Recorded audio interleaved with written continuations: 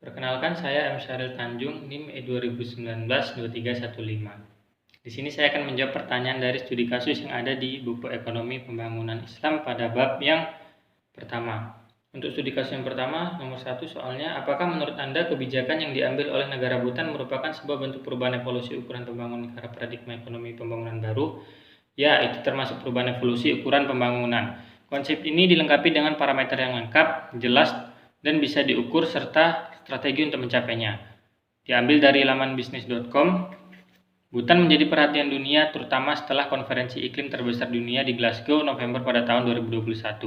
Ketika semua negara dunia sedang berjuang keras untuk menjadi netral karbon demi menghambat laju pemanasan global, Bhutan mengklaim sudah mencapai status negatif karbon.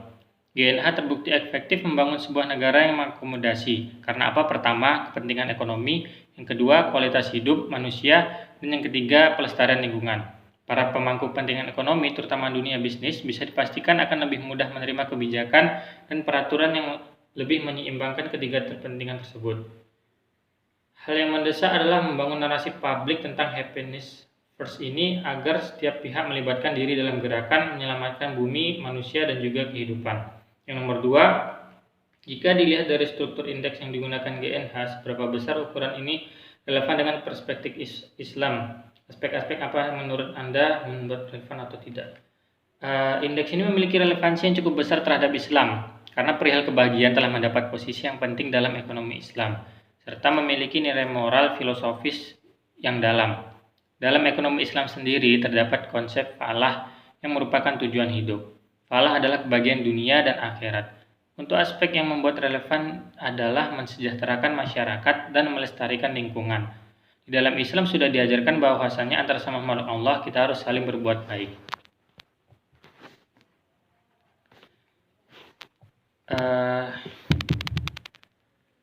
Untuk yang nomor 3, menurut Anda apakah kelemahan dari GNH ini dilihat dari aspek konsep dan pengukuran? Adakah poin-poin yang menurut Anda perlu dikritisi? Jelaskan.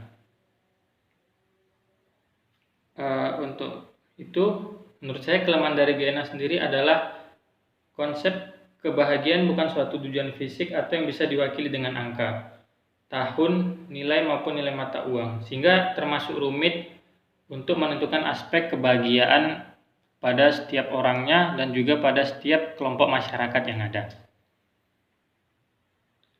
Itu tadi adalah jawaban dari studi kasus yang pertama.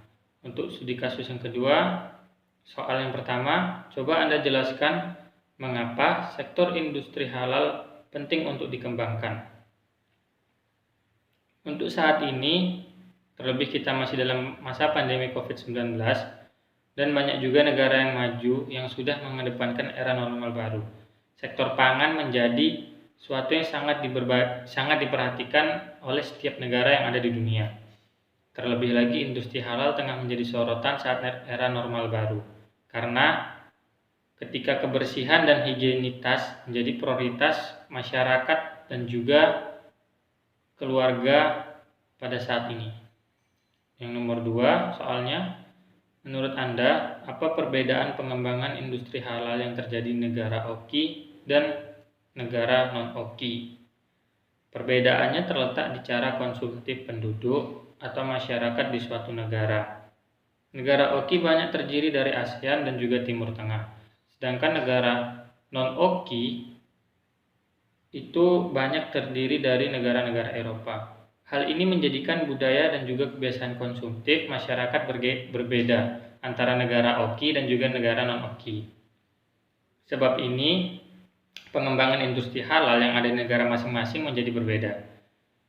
Yang nomor 3, soalnya, menurut Anda, apakah paradigma pengembangan industri halal di negara OKI dan non-OKI tersebut sama? Untuk paradigma setiap negara di negara OKI dan juga negara non-OKI tentu saja tidak bisa dibilang sama.